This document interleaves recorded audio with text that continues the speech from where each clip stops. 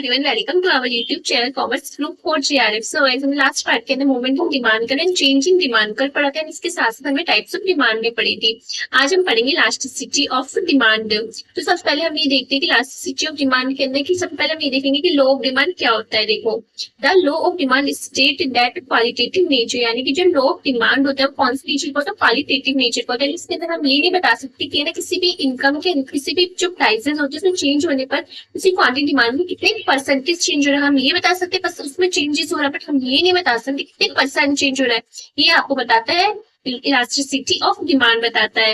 इसलिए क्या बोलते हैं, the law of demand state that qualitative nature other thing remaining constant. से सारी चीजें क्या होती है, constant demand the price of goods increase, की जैसे किसी भी गुड्स की जो प्राइसेस होती है कोई इंक्रीज होने से जो क्वांटिटी डिमांडेड होती है वो क्या हो जाती है, कम हो जाती है। When the price decrease its quantity demanded increase. इसने क्या बोला है, जैसे किसी भी गुड्स की जो प्राइसेस होती है वो इंक्रीज हो जाती है तो आपकी क्वांटिटी डिमांडेड हो जाती है, क्या हो जाती है, कम हो जाती है। जैसे ही आपकी जो प्राइसेस होती है वो कम हो जाती है, जो क्वांटिटी डिमांडेड क्या हो जाती है, आपकी इंक्रीज हो जाती है। इससे हम न्यूमेरिकल रिलेशनशिप नहीं बता सकते, बट हम ये बता सकते हैं कि इधर प्राइस चेंज होने पर जो क्वांटिटी डिमांडेड में क्या होता है, इफेक्ट पड़ता है। बट हाँ, तो इलास्टिसिटी ऑफ डिमांड होती है क्या होती है, क्वांटिटेटिव मेजर करती है। इलास्टिसिटी ऑफ डिमांड हमें क्या बताती है कि जो प्राइसेस होती है अदर फैक्टर्स में क्या क्या आ सकती है आपके पास, हमें कंज्यूमर की इनकम आ सकती है and cross elasticity of goods आ सकते हैं। लाइक हम ये बोल सकते हैं complementary goods and substitute goods आ सकते हैं। तो इनकी जो प्राइसेस होती है चेंज होने पर उसकी जो गुड्स में जो ना क्वांटिटी डिमांडेड में क्या चेंजेस होता है वो हमारा क्या बताता है, इलास्टिसिटी ऑफ डिमांड बताता है।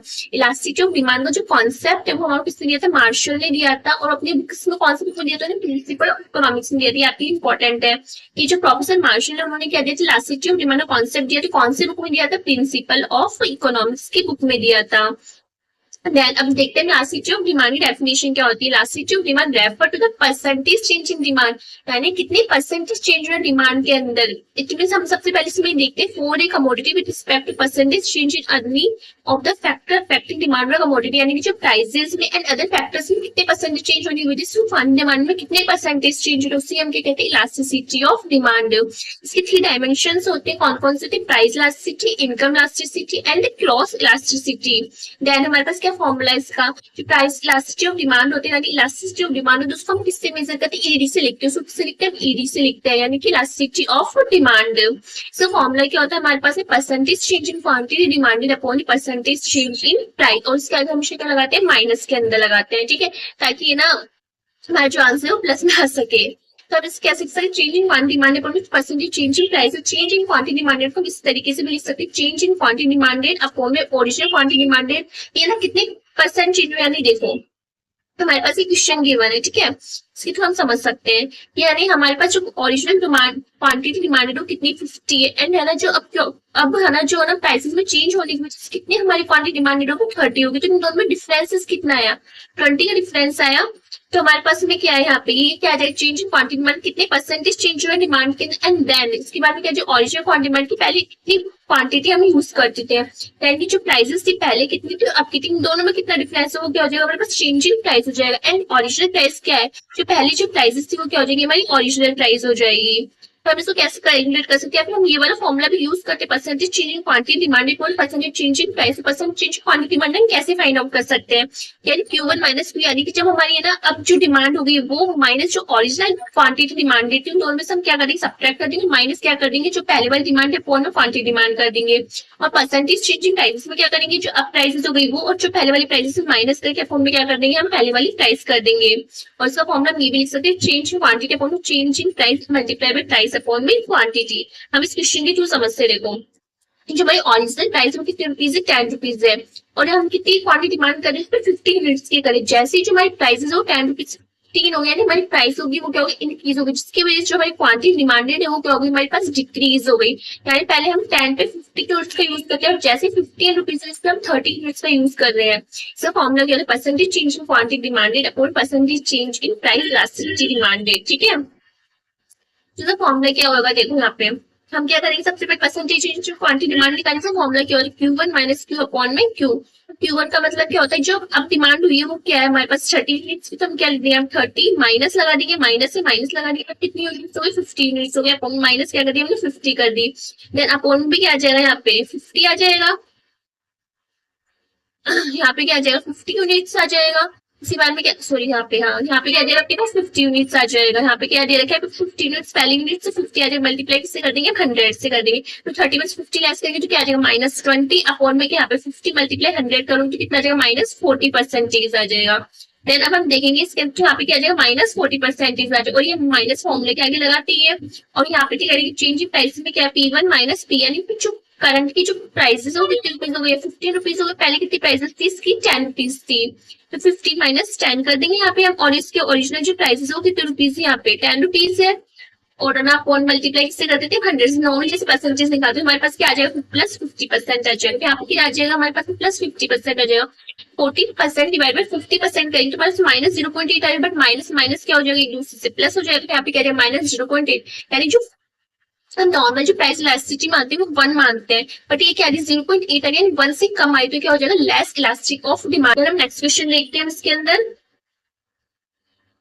हाँ देखो इसके अंदर क्या हो रहा है हमारे पास में, यहाँ पे कितने रुपीज है हमारे पास में 10 रुपीज है। 10 रुपीज में हम कितनी डिमांड करें 50 यूनिट्स की डिमांड करें। जैसे ही हमारी जो प्राइसेस हो रही है वो क्या हो रही कम हो गई, यानी 10 रुपीज से कितने रुपीज हो गए हमारे पास में 5 रुपीज हो गई, यानी पहले से कम हो गई हमारी प्राइसेस। तो जो क्वांटिटी डिमांडेड वो भी कितनी यूनिट्स कर दी 100 यूनिट्स कर दी।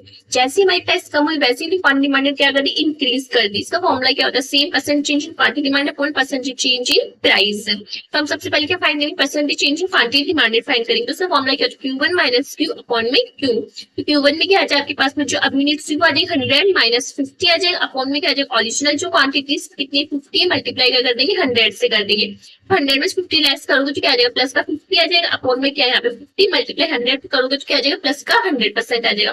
देन अब हम क्या देखते हैं कि जो ओरिजिनल प्राइस हो कितने रुपीज है 10 रुपीज, अब जो प्राइस हो कितने रुपीज हो गई 5 रुपीज हो गई।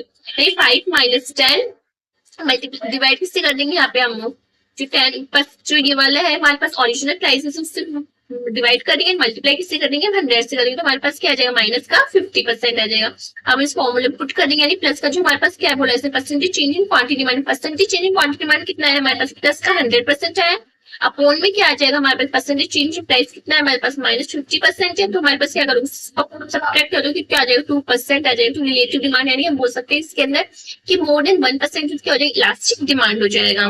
देन हम करेंगे नेक्स्ट क्वेश्चन। देखो इसलिए क्या demand for a commodity rice 20% यानी कि हम जो हमारी डिमांड होती है वो कितने परसेंट से राइज हो रही है हमारे पास डायरेक्ट परसेंटेज में गिवन है। आपकी बात पहले किसमें गिवन था हमारे पास प्राइस के अंदर गिवन है, बट अब जो गिवन है वो किसमें गिवन है हमारे पास परसेंटेज में गिवन है। Well there is a change in price of commodity for 100 rupees to 50 rupees, यानी जो अब हमारी कमोडिटी जो प्राइसेस हुई 100 रुपीज से कितनी हो गई है 50 हुई। जैसे हमारी जो प्राइसेस होती है वो पहले से कम हो जाती है तो हम क्या करते हैं उसकी क्वांटिटी डिमांडेड क्या हो जाती है इंक्रीज हो जाती है। तो आपको परसेंटेज चेंज क्वांटिटी डिमांड निकालने की जरूरत नहीं बिकॉज इसने ऑलरेडी आपको गिवन कर रखा है।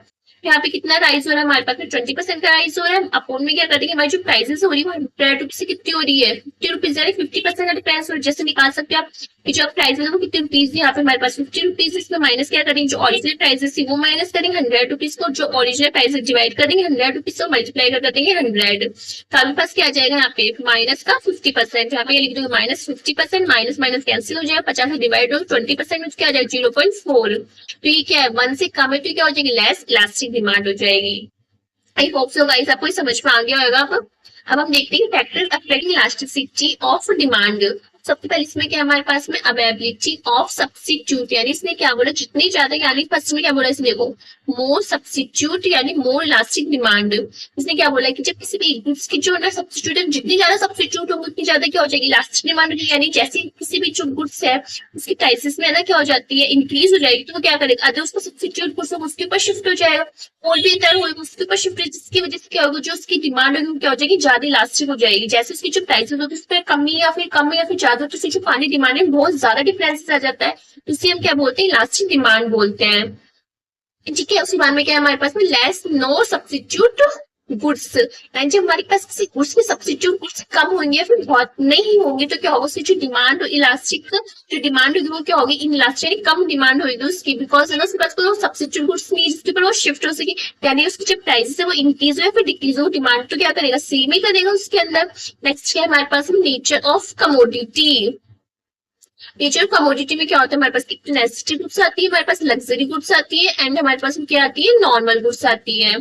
तो नेसेसिटीज गुड्स में क्या होता है, demand is elastic. Necessities goods होती है, जो डिमांड होती है वो क्या होती है, इन इलास्टिक होती है। लाइक हमारे पास बोल सकते हैं फूड एंड मेडिसिन बोल सकते हैं, जो हमारी लाइफ की बहुत ज्यादा इंपॉर्टेंट होती है। इसकी हमारे डिमांड से कितनी भी प्राइसेस इंक्रीज हो या फिर डिक्रीज हो, इसकी जो डिमांड करते हैं क्या करते हैं, सेम करते हैं। देन हमारे पास क्या आती है, लग्जरी गुड्स। लग्जरी गुड्स की जो डिमांड होती है वो कैसी होती है, इलास्टिक होती है, यानी जिसकी जितनी ज्यादा प्राइसेस इंक्रीज होती जाएगी वैसे हम उसकी डिमांड क्या करेंगे, पहले से कम करेंगे। एंड जैसे इसकी जो प्राइसेस है नॉर्मल प्राइसेस होगी कम होगी तो उसकी जो डिमांड है क्या करेंगे, ज्यादा करेंगे। जैसे लाइक कार एंड एसीज होते हैं, इसकी डिमांड हम क्या करते हैं, उसकी प्राइसेस के बेसिस पे करते हैं।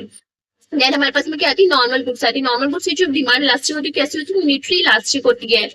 नॉर्मल गुड्स की जो डिमांड होती है वो कैसी होती है, यूनिटरी इलास्टिक होती है, यानी कि जितनी जैसी उसकी जो प्राइसेस होती है ना, प्राइसेस में कम या फिर ज्यादा उसकी जो डिमांड होती है वो क्या होती है, उसकी इक्वल। जितनी ज्यादा उसकी जो डिमांड में इफेक्ट होती है उसकी जो प्राइस, मानो जितनी ज्यादा उसकी जो प्राइसेस होती है उसमें इफेक्ट होती है, उसकी क्या होती है, डिमांड में इफेक्ट होता है। फिर हमारे पास में क्या है, proportion of income level of consumer. ये कंज्यूमर जो इनकम लेवल होती है वो भी क्या होता है, उसकी जो डिमांड होती है उसके ऊपर इफेक्ट करता है। पर हमारे पास में क्या हायर इनकम है, यानी कंज्यूमर की जो इनकम होती है वो ज्यादा इनकम होगी तो कंज्यूमर क्या करेगा, उसकी जो डिमांड होती है वो भी क्या करेगा, ज्यादा करेगा। लेस सेंसिटिव होगा प्राइस के लिए, पर जितना ज्यादा उसका जो पोर्शन है वो जितनी कम इनकम होगी वो क्या करेगा, उससे ज्यादा इलास्टिक होगी। इतनी सब ये बोल सकते हैं, कंज्यूमर अपनी जो इनकम होता है उसको जितना ज्यादा प्रपोर्शन किसी भी गुड्स पर खर्च करेगा तो वो क्या होगा, उसके लिए ज्यादा इलास्टिक होगा, डिमांड भी प्राइस सेंसिटिव होगा। तो जैसे इनकम की जो गुड्स है उसकी प्राइस जैसे इंक्रीज रहेगा क्या करेगा, उसकी जो गुड्स होती है उसको कम करेगा। मान लो एक पर्सन उसकी जो सैलरी है वो 20,000 रुपीज है, जिसमें से मानो 50,000 रुपीज वो किसी गुड्स पे ना एक्सपेंड कर रहा है, मानो उसकी जैसी प्राइसेस हो रही है वो और ज्यादा इंक्रीज होगी तो वो क्या करेगा, उससे पहले से कम करेगा, उसको क्वांटिटी डिमांड क्या करेगा, कम करेगा, क्योंकि उसमें पहले से 5,000 रुपीज सेल हो रहे थे। बट अब क्या हो रहा है, उसके पास और ज्यादा उसकी जो प्राइसेस है वो इंक्रीज होने की वजह से क्या करेगा, उस पहले से क्या करेगा, उसको क्वांटिटी डिमांड कम करने लग जाएगा। बट एक पर्सन ऐसा जिसकी जो इनकम होती है 1,00,000 रुपीज है, जिसमें से 20,000 रुपीज क्या करेगा, उसके ऊपर स्पेंड करेगा उसके ऊपर, तो क्या करेगा, कम प्राइस सेंसिटिव होगी बिकॉज वो अपनी जो इनकम उसका बहुत कम प्रपोर्शन है जो उसके ऊपर क्या करेगा, स्पेंड कर। जितने ज्यादा वो इनकम अपनी इनकम का प्रपोर्शन है जो गुड्स पे स्पेंड करेगा उतना ज्यादा क्या होगा, प्राइस सेंसिटिव होगा। एंड जितना कम करेगा उतना कम होगा क्या होगा, वो प्राइस सेंसिटिव होगा।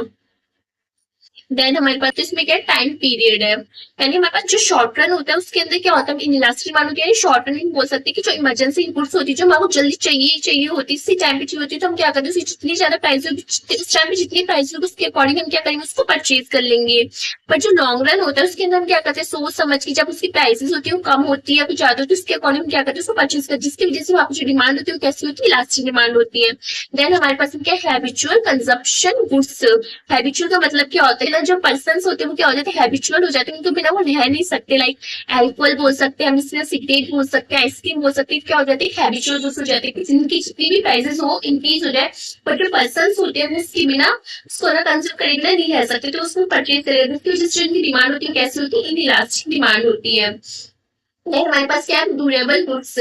ड्यूरेबल गुड्स का मतलब क्या है, जो लंबे समय तक गुड्स चल सकती है, सेम क्या होता है, ड्यूरेबल गुड्स यानी लॉन्ग टर्म होते हैं। जो कॉस्टली गुड्स होती है लाइक क्या होता है, वहाँ पे टीवी, एसी, वॉशिंग मशीन, जिसको हम एक बार परचेज करते हैं बहुत सोच समझ के परचेज करते हैं, कॉस्टली भी होती है, लॉन्ग टर्म की चलेगी, जिसकी वजह से जो इसकी लास्टिक डिमांड कैसी होती है, लास्टिक डिमांड होती है। एंड नॉन ड्यूरेबल गुड्स जो है ना, मतलब शॉर्ट टर्म के लिए होती है, एंड जो है ना चीप प्राइसेस के अंदर, बहुत कम प्राइसेस के अंदर मिलती है, हम उसके लिए क्या होती है, इनइलास्टिक डिमांड करते हैं। आपके हमारे पास 7 पॉइंट पॉसिबिलिटी ऑफ पोस्टपोन, यानी कोई ऐसी गुड्स जिसको हम पोस्टपोन कर सकते हैं, जो उसकी डिमांड की इलास्टिक कैसे होगी, इलास्टिक डिमांड जिसको पोस्टपोन कर सकते हैं, नेक्स्ट टाइम ले सकते हैं, बाद में ले सकते हैं, उसकी जो डिमांड होगी कैसे होगी, इलास्टिक होगी। पर ऐसी गुड्स जिसको पोस्टपोन ही नहीं कर सकते तो उसकी जो डिमांड होगी कैसे होगी, इनइलास्टिक होगी। एक मेडिसिन को आप क्या पोस्टपोन कर सकते, टाइम पे चाहिए होती है, डिमांड होती है कैसी होती है, इनइलास्टिक। ऐसी गुड्स होती है जैसे कार है, एसी, उसको आप क्या कर सकते, पोस्टपोन कर सकते हो, आप बाद में ले सकते हो, तो आप डिमांड क्या कर सकते हो, उसकी डिमांड कैसे होगी, इलास्टिक होती है। जिसका पोस्टपोन ही नहीं कर सकता उसकी डिमांड कैसे होगी, इन इलास्टिक होगी। देन हमारे पास क्या है, अब प्राइस इलास्टिसिटी ऑफ डिमांड। तो हमने पहले पढ़ लिया कि फैक्टर अफेक्ट क्या कौन कौन से डिमांड इलास्टिसिटी को। अब हम पढ़ेंगे प्राइस इलास्टिसिटी ऑफ डिमांड क्या होता है। तो ना देखो, प्राइस इलास्टिसिटी डिमांड का क्या होता है, how much the quantity demanded of goods change when the price change in quantity demand. इसमें क्या बोला है कि आपकी जो प्राइस होती है उसमें कितने परसेंट चेंज हो रही है, आपकी जो क्वांटिटी डिमांडेड हो रही है उसमें कितने परसेंटेज चेंज हो रहा है, तो इसे हम क्या कहते हैं, यहाँ पे प्राइस इलास्टिसिटी ऑफ डिमांड कहते हैं। डेफिनेशन क्या है, यहाँ पे price elasticity of demand shows the degree of responsiveness of demand to change in a price. Formula क्या होता है, percentage change in quantity demand upon percentage change in price की प्राइस में चेंज होने की वजह से आपकी जो क्वांटिटी डिमांडेड होती है उसमें कितने परसेंटेज चेंज हो रहा है। प्राइस इलास्टिसिटी ऑफ डिमांड उसको हम प्राइस फैक्टर को दिखते हैं, फैक्टर्स में क्या रहते हैं कांस्टेंट रहते हैं। एग्जांपल क्या है, प्राइस इलास्टिसिटी ऑफ डिमांड इसलिए माइनस हुए, यानी जो प्राइस इलास्टिसिटी वो क्या होगी आपकी 2% मींस क्या होगा कि आपके पास 1% फॉल इन प्राइस लीड्स 2%, यानी इससे क्या बोला है जैसे आपकी 1% जो प्राइसेस होती है वो फॉल होती है, जो आपकी क्वांटिटी डिमांडेड होती है वो क्या हो जाती है यहाँ पे आपके पास 2% इंक्रीज हो जाती है। एंड जैसे आपके 1% जो प्राइस राइज करी वैसे अभी जो क्वांटिटी डिमांडेड होगी वो क्या कर देगी कम हो जाएगी, यानी प्राइस इंक्रीज होने के साथ क्वांटिटी डिमांडेड तो क्या हो जाएगी कम हो जाएगी, प्राइस फॉल करने के साथ जो क्वांटिटी डिमांडेड होगी वो क्या हो जाएगी इंक्रीज हो जाएगी। फिर हमारे पास क्या higher the numerical value of elasticity the larger is the effect, यानी बताती है जितनी ज्यादा आपके पास इलास्टिसिटी डिमांड आती है वैसे वैसे वो क्या होगा, मान लो आपके पास मोर देन वन आपके पास इलास्टिसिटी डिमांड आई तो इससे क्या होगा कि आपको ये बताते हैं कि जो डिमांड होगी उस क्वांटिटी कितनी ज्यादा उससे ज्यादा इलास्टिक डिमांडेड होगी। हम देखते हैं degree of price elasticity of demand. First case में परफेक्टली इलास्टिक डिमांड, फिर क्या बात है perfectly elastic demand, high elastic demand, less elastic demand and फिर क्या हमारे पास यूनिटरी इलास्टिक डिमांड। हम इसको अपन पढ़ते हैं, ठीक है। फर्स्ट हमारे पास है परफेक्टली इलास्टिक डिमांड, जिसको हम क्या बोल सकते हैं, इसको हम किससे डिनोट करते हैं, ईडी इक्वल टू इंफिनिटिव, जिससे क्या बोला perfectly elastic demand refers to a situation where demand is infinite and the prevailing price it's a situation where the slightest rise in the price causes the quantity demanded of a commodity to fall to zero। यानी इसने क्या बोला आपके पास में कि है ना, इसने क्या बोला कि जैसे आपकी जो प्राइसेस होती है हल्का सा थोड़ा सा भी डिफरेंसेस आ जाता है, ताकि जो क्वांटिटी डिमांडेड होती है उसमें बहुत ज्यादा डिफरेंस आ जाता है। लाइक हम ये बोल सकते हैं कि आपकी जो प्राइस के पास 10 रुपीज थी उस पर कितनी डिमांड थी 0 थी, बट आपकी प्राइसेस में हल्का सा थोड़ा सा भी इफेक्ट आ जाता है तो क्वांटिटी डिमांड बहुत ज्यादा रहता है। ये किसमें होता है ना, परफेक्ट कॉम्पिटिशन में होता है।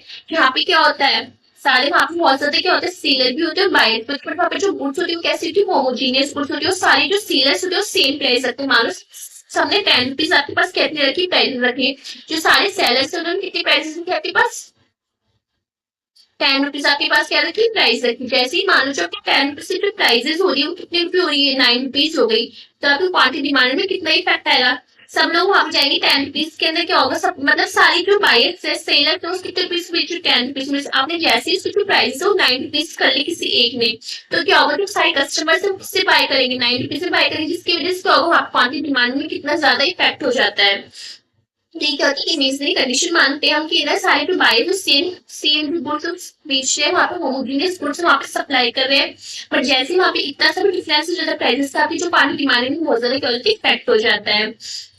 हम इसमें देखते हैं परफेक्ट कॉम्पिटिशन में देखते हैं कि हमारे पास जो 10 रुपीज प्राइसेस पर हम कितना करें 0 रुपीज 0 क्वांटिटी डिमांड करें, जैसे हमारे प्राइस हल्का सा डिफरेंस आया 10 रुपीज से हल्का सा डिफरेंस आया जिसकी वजह से हमारा क्या होगा उसकी डिमांड ऑफ 50 होगी, जैसे और डिफरेंस आया कितने हो गए 100 हो गए, देन क्या हो गया बस 200 हो गए। जो इसके अंदर जो डिमांड कर्व बनता है वो कैसा बनता है आपके पास में हॉरिजॉन्टल बनता है, यानी क्या बोल सकते हैं इसको एक्स एक्सिस पे बनता है ये, ठीक है। यानी आपकी जो प्राइसेस होती है कांस्टेंट है, बस हल्का सा डिफरेंस होता है प्राइसेस में, ताकि जो क्वांटिटी होती है उसमें बहुत ज्यादा डिफरेंस हो जाता है। इसे हम कहते हैं परफेक्टली इलास्टिक डिमांड, जो प्राइसेस में चेंज होने से ज्यादा भी जो क्वांटिटी डिमांड में चेंज होता है उसे हम कहते हैं परफेक्टली इलास्टिक डिमांड कहते हैं।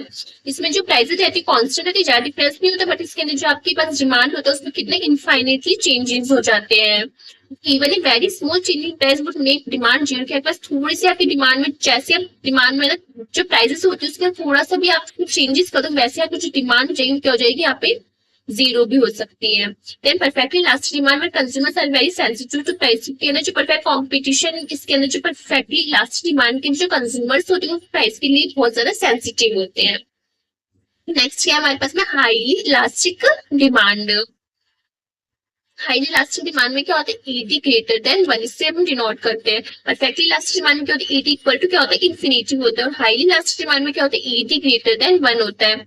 इससे क्या बोला जब when percentage change in quantity demanded is more than the percentage change in price for demand of such commodity said to be highly elastic demand। उसने क्या बोला था परफेक्टली इलास्टिक डिमांड में तो क्या होता है कि हमारे जो प्राइसेस होते हैं हल्के से चेंजेस होने पर हमारी क्वांटिटी डिमांड बहुत ज्यादा इफेक्ट हो जाता है, तो उसे हम क्या कहते हैं परफेक्टली इलास्टिक डिमांड कहते हैं।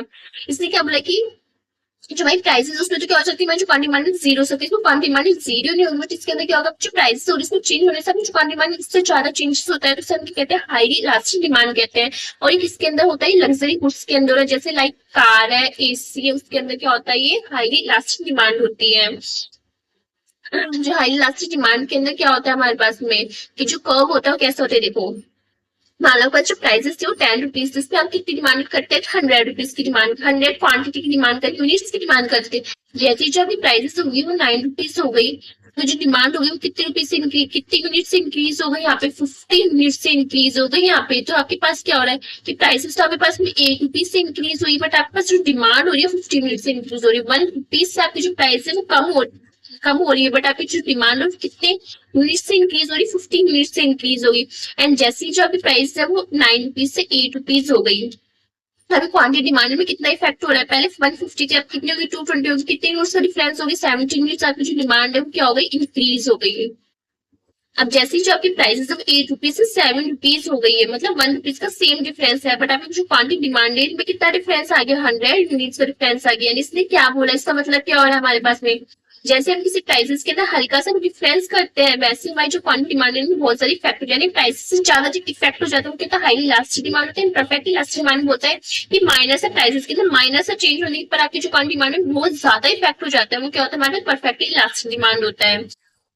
परफेक्टली लास्टिक डिमांड के अंदर क्या होता है, जैसे हमारे पास प्राइस P1 थी, यानी प्राइस तो हम कितनी डिमांड करते थे, Q1 की डिमांड करते हैं, वैसे जो आपकी प्राइसेस होती P1 से P2 हो गई, यानी प्राइस आपकी जो प्राइसेस होती है कम हो रही थी, जिसकी वजह से अभी जो डिमांड में क्या हो जाती है, इंक्रीज हो जाती है। एंड जो आपका जो कर्व बनता है वो कैसा बनता है, इसके अंदर फ्लैटर शेप का कर्व बनता है, ईडी ग्रेटर देन 1 होता है इसके अंदर। तो वो जो डिमांड कर्व होता है वो कैसा होता है, इसके अंदर फ्लैटर शेप का होता है, कैसा होता है, फ्लैटर शेप का होता है, मोर हॉरिजॉन्टल होता है इसके अंदर। और जब परफेक्टली इलास्टिक मानते हैं उसके नीचे कर्व होता है, कैसे होता है, एक्स एक्सिस से हम बोल सकते हैं हॉरिजॉन्टल शेप का होता है। क्वांटिटी डिमांड में change more than the price change, यानी क्वांटिटी डिमांड में चेंज होने से प्राइसेस में चेंज होने की वजह से क्वांटिटी डिमांड में कितना ज्यादा इफेक्ट है उसको हम देखते हैं। Consumer very responsive to prices change, इसके अंदर कंज्यूमर बहुत ज्यादा रिस्पॉन्स करते हैं, प्राइसेस चेंज हो जाते हैं तो क्वांटिटी डिमांड में इफेक्ट करता है। अब हमारे पास में क्या आता है, यूनिटरी लास्ट डिमांड रेट की अभी जो प्राइसेस जितना चेंजेस होती है आपकी सेम चेंजेस आपकी क्या हो रहा है, क्वांटिटी डिमांड रेट में हो रहा है। तो यही इस सिचुएशन में change in quantity demand is equal to the percentage change in price, की आपकी जो क्वांटिटी डिमांड में जितना चेंज हो रहा है, सॉरी अभी जो प्राइसेस हो रही है जितना चेंज हो रहा है उतनी आपका सेम चेंजेस और क्वांटिटी डिमांड में देखने को मिलेगा, दोनों में सेम चेंजेस हो रहे हैं। इसमें 50% चेंज होती है, प्राइसेस में 50% ही आपको चेंज देखने को मिलेगा। प्राइसेस में 50% चेंज हो तो क्वांटिटी डिमांड में कितना चेंज मिलेगा, 50% चेंज देखने को मिलेगा। Demand is set to be unitary, इसी को हम क्या कहते हैं, यूनिटरी लास्ट डिमांड कहते हैं। इसको हम किससे डिनोट करते हैं, ईडी इक्वल देन 1 से डिनोट करते हैं। केस इज आल्सो नोन, इसको क्या बोल सकते हैं, रेक्टेंगुलर हाइपरबोला बोलते हैं इसको, जो आपका एग्जाम में बहुत बार आया हुआ रेक्टेंगुलर हाइपरबोला, जहाँ पे ईडी इक्वल देन या फिर यूनिटरी लास्ट डिमांड होती है उसे हम क्या कहते हैं, रेक्टेंगुलर हाइपरबोला कहते हैं। इट्स और है ना, जो यूनिटरी लास्ट डिमांड होती है वो कहाँ पे देखने को मिलती है, हमारे को नॉर्मल गुड्स में देखने को मिलती है, कि हमारे पास जो प्राइस में जितना चेंज हो उतना ही सेम चेंज हमारी क्वांटिटी डिमांड में देखने को मिलता है। फिर आपके पास में क्या बोलते हैं, जो ये वाला शेप होता है ना, ये वाला शेप है जो आपके पास सी वाला शेप, इसी को हम क्या बोलते हैं, रेक्टेंगुलर हाइपरबोला बोलते हैं। इसके अंदर जो स्लोप कितना है, स्लोप क्या है यहाँ पे, स्लोप तो क्या है हमारे पास अलग अलग, बट जो हमारे पास जो पॉइंट है वो क्या है, यहाँ पे ईडी इक्वल है, यहाँ पे यहाँ पे पॉइंट लगा लो आप, चाहे यहाँ पे पॉइंट ले लो आप, चाहे इसलिए सेम जो ना स्लोप जो सारे पॉइंट्स होते हैं ना, यहाँ पे स्लोप के हर पॉइंट पे जो हमारे पास इलास्टिक जो डिमांड होती है वो सेम रहती है, ईडी इक्वल देन यहाँ पे क्या रहता है, 1 रहता है, ईडी इक्वल देन 1 रहता है यहाँ पे आपके पास में। तो यहाँ पे क्या होता है, अनइक्वल तो स्लोप होती है, बट यहाँ पे पॉइंट इलास्टिक क्या होती है, इक्वल रहती है। अनइक्वल स्लोप, स्लोप तो हमारे पास क्या अलग अलग होता है, बट जो स्लोप की जो ना पॉइंट्स पे आपके पास इलास्टिक डिमांड रहती है वो क्या रहती है, कांस्टेंट रहती है, ईडी इक्वल देन 1 रहती है यहाँ पे सारे पॉइंट्स के ऊपर। हम इसको क्या बोल सकते हैं, unequal slope but equal point elastic बोल सकते हैं। अब देखो जब हम प्राइस 20 रुपीज थी तो हम डिमांड कितनी की करते थे, 100 रुपीज की करते थे। अब जैसे ही प्राइस हो 10 रुपीज से 20 रुपीज कितने हो, 50 रुपीज हो, सॉरी 10 रुपीज अगर प्राइसेस को कितना का डिफरेंस है, 10 रुपीज का है। अगर परसेंटेज में निकालो तो कितने का डिफरेंस आ सकता है आपके पास में, देखो आपके पास डिफरेंस कितने का है, 10 रुपीज का डिफरेंस है। पहले जो प्राइसेस थी 50 रुपीज थी आपके पास में, 20 रुपीज थी, मल्टीप्लाई किससे कर देंगे हम, 100 से कर देंगे तो कितना आ जाएगा आपके पास में,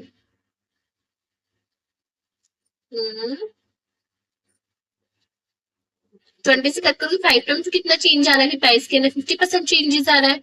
अब आप ये देखो क्वांटिटी में कितना आ रहा है, पहले 100 थी क्वांटिटी, अब कितनी होगी 150 डिमांड होगी आपके पास क्वांटिटी डिमांडेड। कितना चेंज आ रहा है क्वांटिटी डिमांड में, 50 का चेंजेस आ रहा है। पहले कितनी थी आपकी क्वांटिटी डिमांडेड 100 थी, तो कितना चेंज आ रहा है क्वांटिटी डिमांड में, सेम चेंज आ रहा है 50%। हाँ, तो इससे क्या बोले जितने आपके प्राइसेस में चेंज होगी उतनी आपकी क्वांटिटी डिमांड चेंज है, तो सेम क्या कहते हैं यूनिटली लास्ट डिमांड कहते हैं। सेम प्राइसेस में चेंज 50% का रहा है, सेम क्वांटिटी में चेंज कितना आ रहा है 50% का आ रहा है। ठीक है, नेक्स्ट देखते हैं हम लेस लास्टिंग डिमांड में क्या होता है, ईडी इक्वल की आपकी जो प्राइसेस हो रही है उसमें चेंज आने की वजह से आपकी जो क्वांटिटी डिमांड है उससे कम चेंजेस आता है। यूनिटली लास्टिंग डिमांड में क्या देखा था हमने कि जितनी आपकी जो प्राइसेस में चेंज होता है सेम चेंज आपकी जो क्वांटिटी डिमांड है मतलब से हम क्या कहते हैं यूनिटली लास्टिंग डिमांड कहते हैं। बस लेस इलास्टिक डिमांड में क्या होता है कि जो प्राइसेस में जितना चेंज है उससे कम चेंजेस जो है क्वांटिटी डिमांडेड बात है उससे हम कहते हैं लेस इलास्टिक डिमांड कहते हैं। हाईली इलास्टिक डिमांड क्या था, जो भी प्राइस में चेंज है उससे ज्यादा भी क्वांटिटी डिमांडेड चेंज है, इससे क्या कहते हैं हाईली इलास्टिक डिमांड कहते हैं। एंड जो परफेक्टली इलास्टिक डिमांड है उसमें क्या है थोड़ा सा हल्का सा चेंज है, जो क्वांटिटी डिमांड बहुत ज्यादा चेंजेस देखने को मिलते हैं, उससे कहते हैं परफेक्टली इलास्टिक डिमांड कहते हैं। आई होप सो गाइस आपको समझ में आ रहा होगा। अब लेस इलास्टिक डिमांड को हम किससे डिनोट करते हैं, ईडी लेस देन 1 से करते हैं हम। तो इसमें क्या बोला, when percentage change in quantity demanded is less than percentage change in price.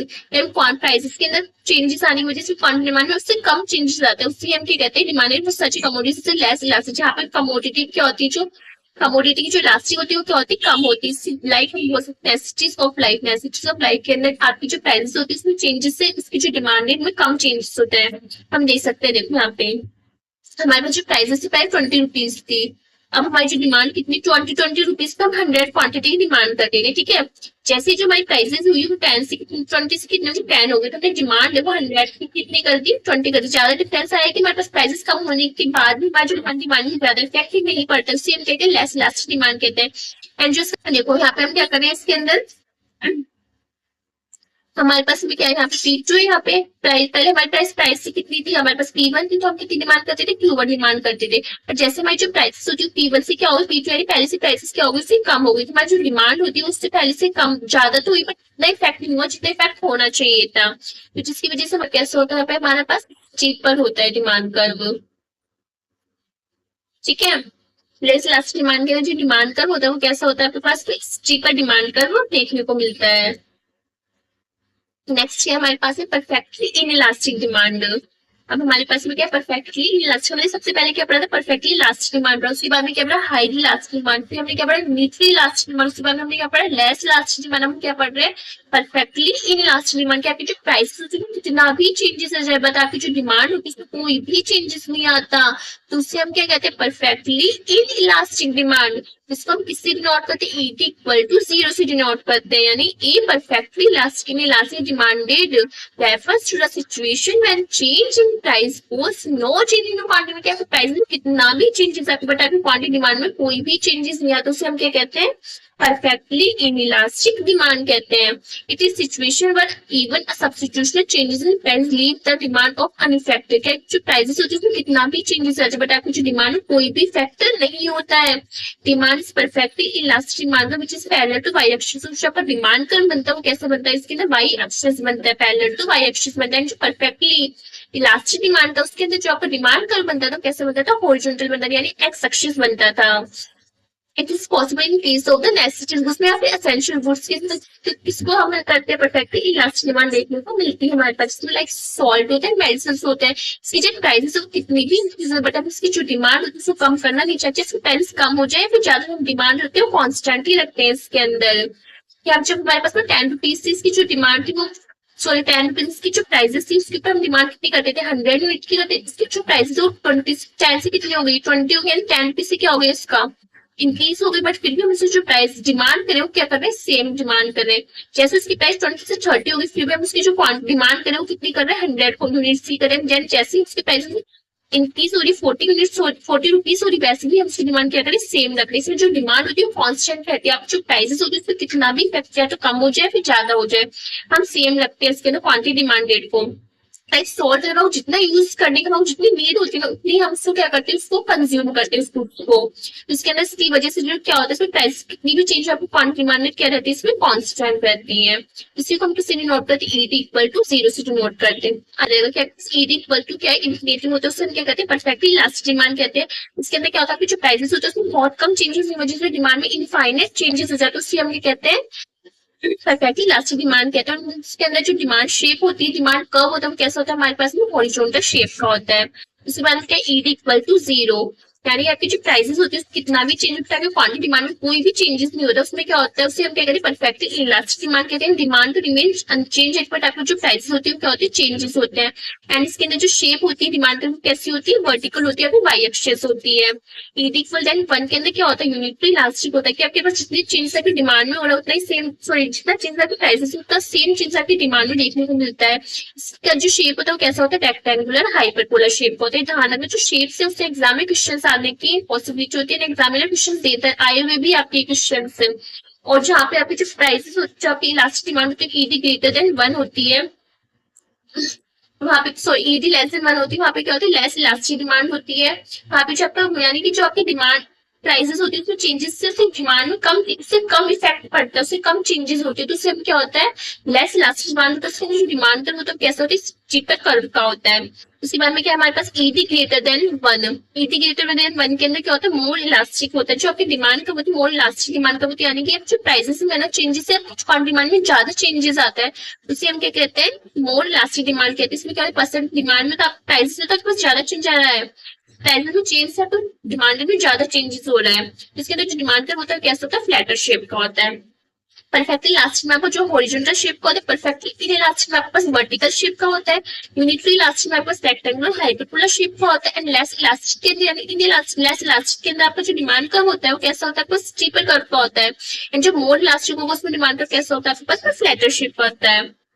So guys I hope so guys आपको ये सेशन पसंद आया होगा। तो आपको अगर ये सेशन पसंद आया तो प्लीज इसको लाइक करना, शेयर करना, सब्सक्राइब करना। Thank you.